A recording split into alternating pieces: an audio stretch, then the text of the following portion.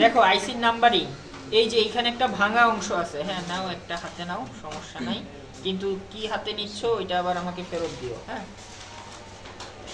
এই যে দেখো এখানে এই ভাঙা অংশটা, এই যে এইটাকে আমরা কি বলবো, ভাঙা অংশের জায়গাটা এটা হচ্ছে নচ, ঠিক আছে, ভাঙা অংশের জায়গাটা নচ। নচের নিচের দিক থেকে আমার নাম্বারিংটা শুরু হয়, নচের নিচে, স্যার এটা এই ভাঙা অংশের নিচ থেকে নিচে, হ্যাঁ। তাহলে এইখানে হচ্ছে এইটা প্রথমে 1 2 3 4 5 6 7, হ্যাঁ, তারপরে এই পাশ থেকে আবার 8 9 10 11 12 13 14। আচ্ছা, এই সবার মোটামুটি পিন বুঝা হইছে? দাও 6টা এদিকে দাও, বুঝছো?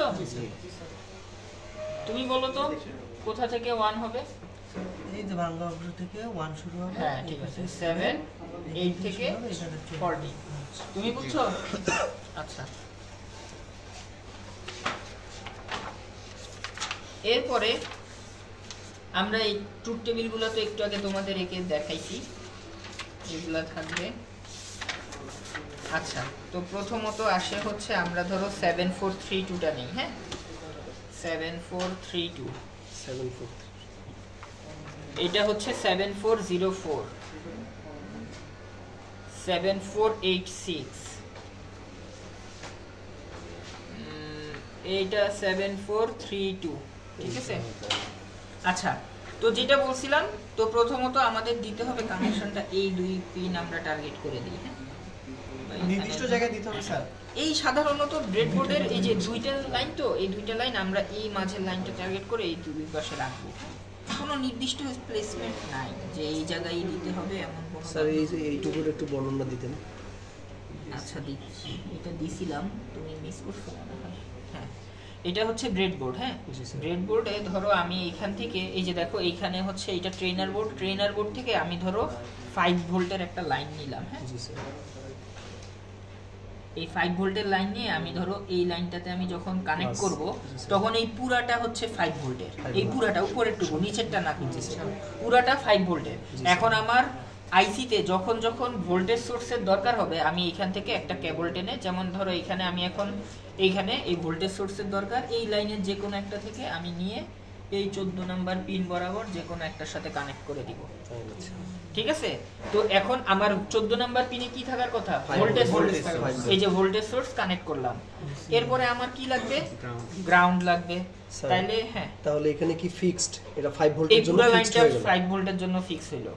এরপরে ধরো আমার লাগবে হচ্ছে গ্রাউন্ড, এইখান থেকে আমি ধরো গ্রাউন্ড নিলাম, ঠিক আছে, গ্রাউন্ড নিয়ে এইখানে আমি এই গ্রাউন্ডটাকে কানেক্ট করলাম। এখন এই পুরো লাইনটা আমার কি গ্রাউন্ড।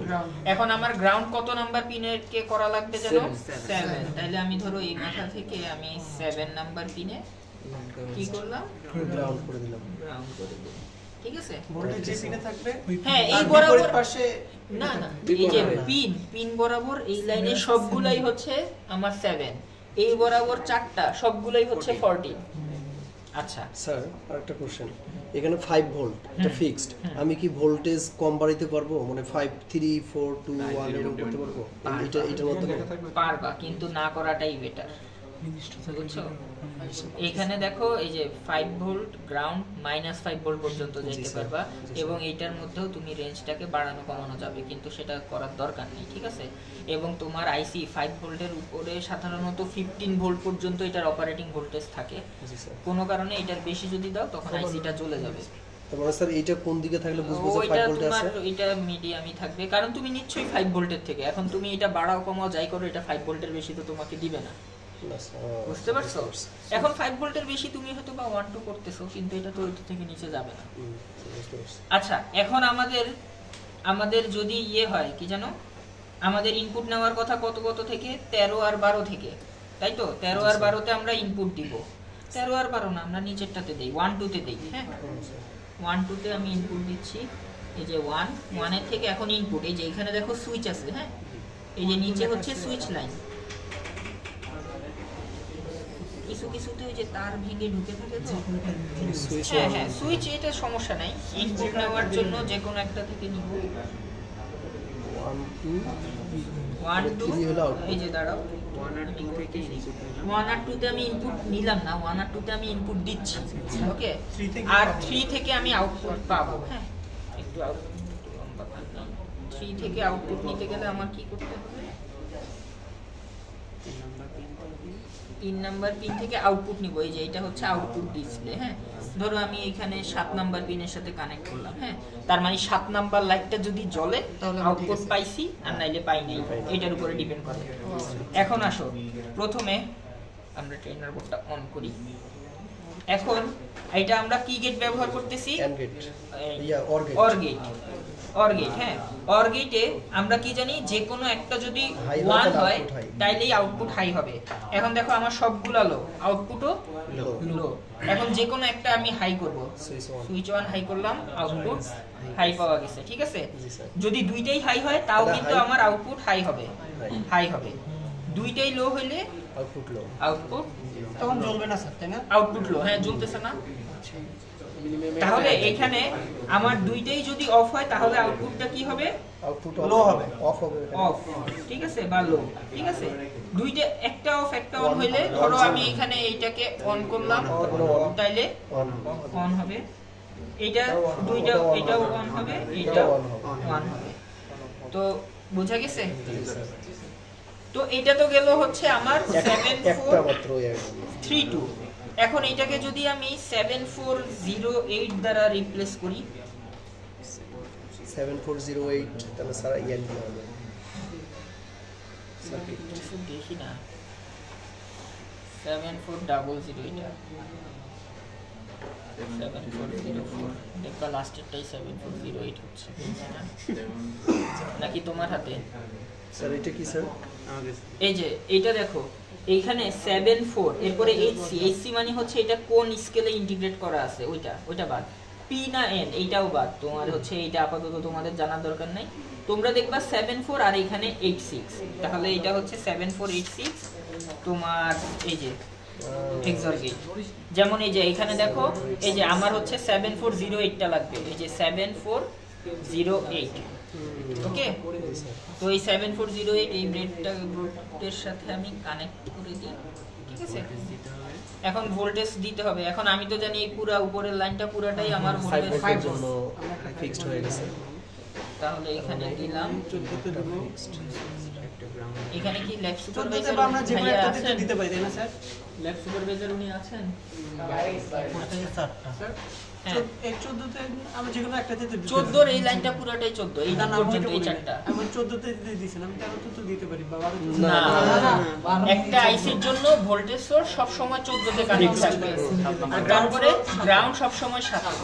ঠিক আছে, এই যে গ্রাউন্ড হচ্ছে এই যে 7, এই 7 এর একটা পিন থেকে তুমি হচ্ছে এই গ্রাউন্ডের থেকে নাও, ঠিক আছে। হ্যাঁ, এখন আমার কি কাজ, ভোল্টেজ সোর্স আর ইয়া তো করলাম। এখন আমি হচ্ছে ইনপুট নেই 10 আর 9 থেকে। ধরো আমি এখন দিব হচ্ছে 9 আর 10 এ ইনপুট দিব।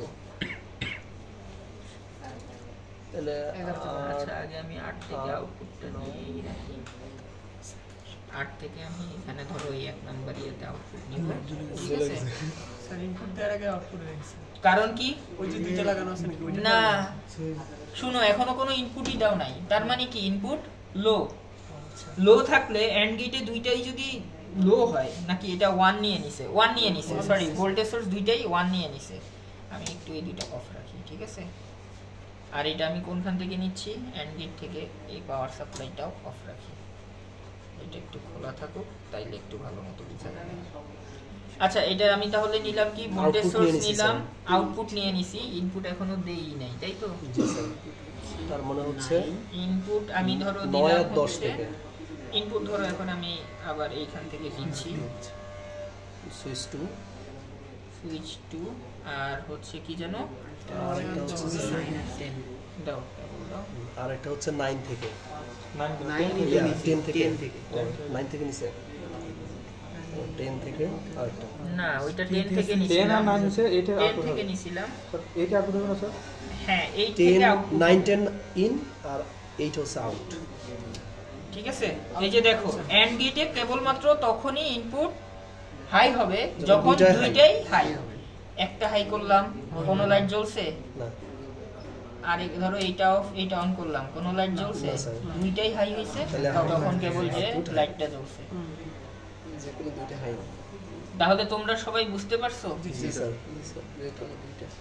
তাহলে তোমরা একটু যাও সেকেন্ড গ্রুপকে দাও। এটা না এটা না দুইটাই আলাদা না। হ্যাঁ, তো আমি তো দুইটা দেখাইছি, তোমরা বাকিগুলো ইমপ্লিমেন্ট করতে পারবা না? বাকি কেসগুলোর জন্য ওভাবে ট্রুথ টেবিল দেখে দেখে ইমপ্লিমেন্ট করবা। আর ল্যাব সুপারভাইজার আসলে একটু উনাকে বলবো যে অন্য কোন বোর্ডগুলো অ্যাক্টিভ আছে ওগুলাতে তোমরা আইসি নিয়ে প্র্যাকটিস করো। জি স্যার হ্যাঁ, এরপরে সেকেন্ড গ্রুপ কই? সেকেন্ড গ্রুপ সামনে আসো।